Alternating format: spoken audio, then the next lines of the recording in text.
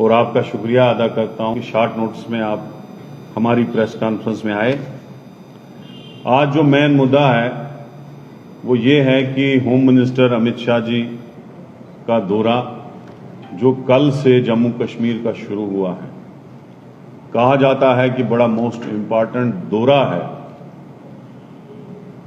लेकिन हम कुछ बातें अमित शाह जी को प्रदेश कांग्रेस कमेटी की तरफ से जम्मू कश्मीर के लोगों की जो आवाज है, जम्मू कश्मीर के लोगों के दिलों में जो हमने झांका है, जो उनके मुद्दे हैं, वो उनके सामने रखेंगे।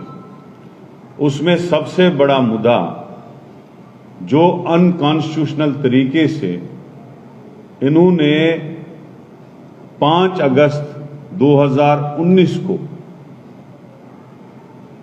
हमारे लोगों की उम्मीदों के ऊपर पानी फेरा। हमने सोचा था पता नहीं कौन सा पैकेज ये 2019 5 अगस्त को दे रहे हैं, लेकिन जब वो अनाउंस किया गया उसमें इन्होंने जम्मू कश्मीर स्टेट के 2 हिस्से किए और J&K स्टेट को यूटी बना दिया।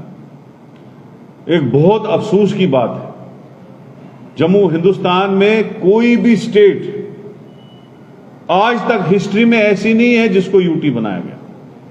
अलबत्ता यूटी को, जो बड़ी यूटी होती है, उनको स्टेट्स बनाया गया।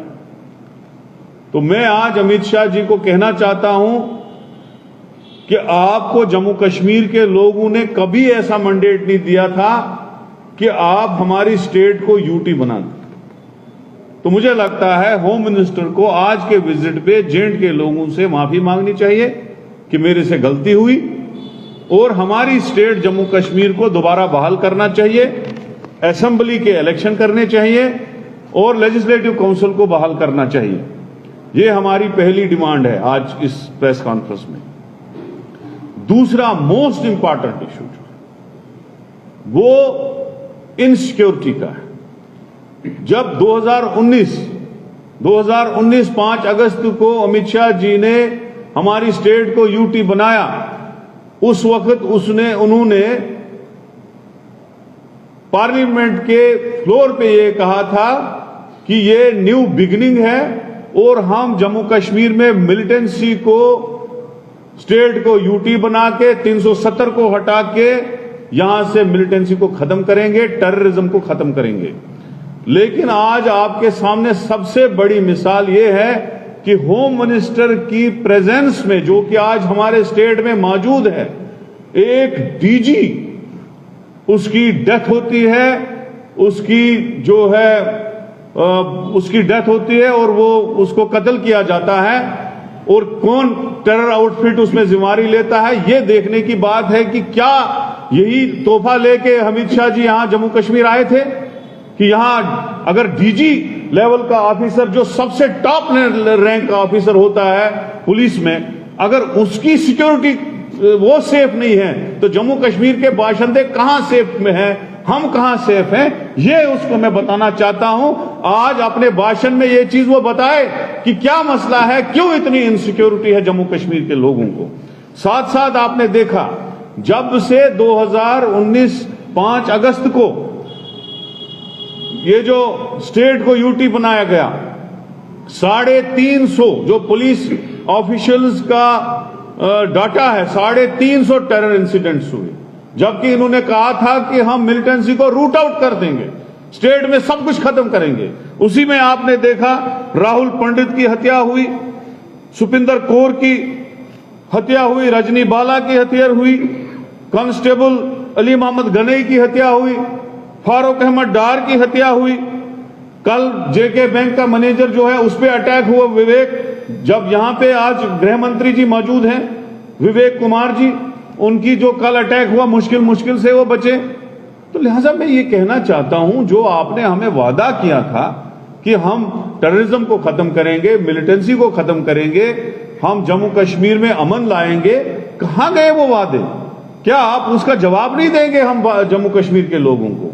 हम चाहते हैं, कांग्रेस पार्टी चाहती है यहां से मिलिटेंसी खत्म हो, अमन हो, लेकिन जो आपने खोखले दावे किए थे वो आज साबित हो रहे हैं कि आपकी प्रेजेंस में जम्मू कश्मीर में आप यहां मौजूद थे और एक डीजी लेवल के ऑफिसर की हत्या हो रही है और हम उसको कंडेम करते हैं और हमें बहुत अफसोस है कि उसकी हत्या कैसे हुई। गृह मंत्री जी को उसका जवाब देना चाहे जम्मू कश्मीर में इस धरती पे आके लोगों को कि अगर डीजी की हत्या हो रही है फिर हमारे लोगों की सिक्योरिटी का कैसे हो सकते। इसी को आगे बढ़ाते हुए मैं ये कहना चाहता हूं, जो कश्मीरी पंड्स जिनको 15,000 नौकरियों का पैकेज हमारे उस वक्त के प्राइम मिनिस्टर मनमोहन सिंह जी ने दिया था और उनकी तैनाती जो है नौकरियों की सूरत में कश्मीर में की गई थी ताकि इसी तरीके से कश्मीरी पंडित्स की बाइज्जत जो है वहां पे रिटर्न हो जाए, वो वहां बाइज्जत पहुंचे, तो उनको नौकरियां देके हमने वहां पहुंचाया था। और जब हमने वहां पे स्टेप्स उठाए उनको कश्मीर में बाइज्जत अपनी जो है अपने गांव में अपने इलाकों में लाने के लिए, लेकिन जो वादे कश्मीरी पंडित के साथ बीजेपी ने किया, उनको इस्तेमाल किया, पूरे हिंदुस्तान में इस्तेमाल किया उनके नाम को, कश्मीरी पंडितों को, लेकिन आज वो सड़कों पे बेचारे धरनों पे है क्योंकि उनको सिक्योरिटी नहीं है, उनको तहफुज नहीं है। हमारे कांग्रेस पार्टी में जब हमारी सरकार थी तब उनको तहफुज था, तब उनको कोई प्रॉब्लम नहीं था। आज बिंद्रू की हत्या भी हो रही है, आज ढाबे वाले की हत्या भी हो रही है। क्यों हो रही है? क्योंकि बीजेपी फेल हो चुकी है जम्मू कश्मीर में अमन वापस लाने के लिए। बीजेपी फेल हो गई है पंडितों को वापस लेने के लिए।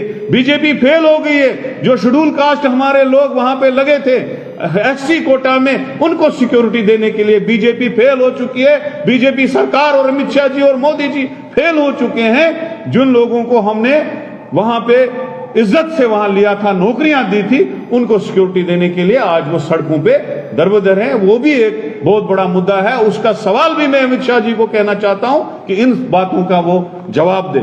इसके साथ साथ जो उन्होंने वादे किए थे, जब 2019 5 अगस्त को उन्होंने यूटी स्टेट को बनाया, 370 हटाया, कहा था कि इंडस्ट्रियां आएंगी, यहां पे तूफान मचेगा, यहां पे एम्प्लॉयमेंट होगी, एक भी बेरोजगार बंदा जो है वो उसको एक बेरोजगार नहीं, एक भी यूथ अनएम्प्लॉयड यूथ जो है बेरोजगार नहीं रहेगा।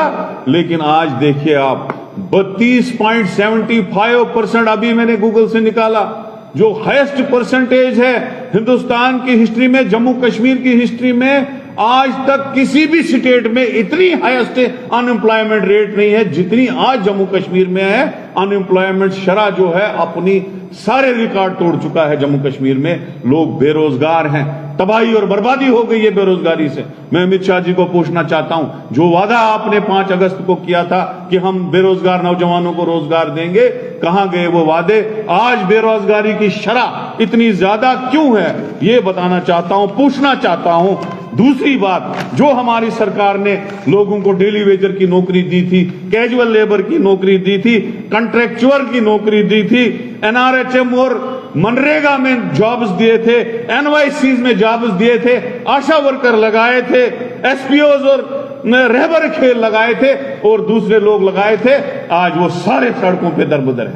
मैं कहना चाहता हूं सरकार से कि अगर हमने उस वक्त उनको रोजगार दिया, आपको उनको परमानेंट करना चाहिए, आपको उनकी तनख्वाहें बढ़ानी चाहिए, आपको उनकी जॉब की सिक्योरिटी देनी चाहिए। एसडीएफ में अस्पताल डेवलपमेंट के तहत ड्राइवर लगे हैं, 3-3 हजार लेते हैं, 2-2 हजार लेते हैं और 24 आवर नौकरी करते हैं। उनके लिए भी हम कहते हैं कि कम से कम जो ये लोग हैं, डेली वेजर है, कैजुअल लेबर है, एनवाईसीज है, रेबर खेल है, मनरेगा के एम्प्लॉय है, नरेगा के एम्प्लॉय है, ये सारे जो है एनआरएचएम के एम्प्लॉय हैं, इनको परमानेंट किया जाए, ये हमारी डिमांड है। आज ही होम मिनिस्टर यहां पे ऐलान करे कि ये जो जितने लोग हैं इनको हम परमानेंट करते हैं। ये एक मसला है। और लास्ट इशू हमारा जो है, हमारी, क्योंकि अमित शाह जी ने 5 अगस्त को कहा था हम यहां पे बड़ी तूफान की इंडस्ट्रियां लाएंगे, जम्मू कश्मीर को हम सोने की चिड़िया बनाएंगे, लेकिन जो हमारी असली इंडस्ट्री थी, जो कश्मीर के अंदर, हमारे पहाड़ी इलाकों के अंदर, बनियाल, रामबन, डोडा, पीर पंचाल में अखरोट की इंडस्ट्री थी, कश्मीर में सेब की इंडस्ट्री, दोनों तबाह और बर्बाद हो चुकी है। हम चाहते हैं उनको पैकेज दिया जाए। उनकी गाड़ियां उनको नहीं मिल रही है, उनका सेब तबाह और बर्बाद हो गया। जिस सेब को लागत एक 500 या 600 रुपए या 1000 रुपए पेटी का आता है, उसको 500 रुपए की बिकती है। तबाह और बर्बादी के दाने पे 50 साल में हमें कभी फ्रूट वालों को सड़कों पे प्रोटेस्ट करके नहीं देखा है, हमने अखरोट वालों को प्रोटेस्ट करते कभी नहीं देखा है, लेकिन ये पहली बार है कि वो लोग परेशान है। हर एक छोटा कारोबारी परेशान है बीजेपी के शासन में। तो हम डिमांड करते हैं कि जो एप्पल इंडस्ट्रीज वाले हैं उनको गवर्नमेंट ऑफ इंडिया कोई पैकेज अनाउंस करे ताकि वो आगे भी इस एप्पल इंडस्ट्री को चलाए। और जो हमारी इंडस्ट्री है, मैं अमित शाह जी को कहूंगा कि आप पे उम्मीदें बड़ी थी हमें जो आपने तकरीर की थी, लेकिन मैं ये कहूंगा आप फेल हो चुके हैं यहां पे लोगों को एम्प्लॉयमेंट देने में। जो आपने कहा था इंडस्ट्रियां देंगे उसमें फेल हो चुके हैं। अब हमारी विनती है आपसे, हम हाथ जोड़ के आपको कहते हैं, जो हमारी इंडस्ट्री यहां थी, चाहे वो एप्पल की इंडस्ट्री थी, चाहे वो वॉलनट की इंडस्ट्री थी, चाहे वो दूसरी इंडस्ट्री शाल के कारोबारी हैं, दूसरे व्यापारी है, छोटे कारोबारी है, कम से कम खुदारा उनको बचाइए।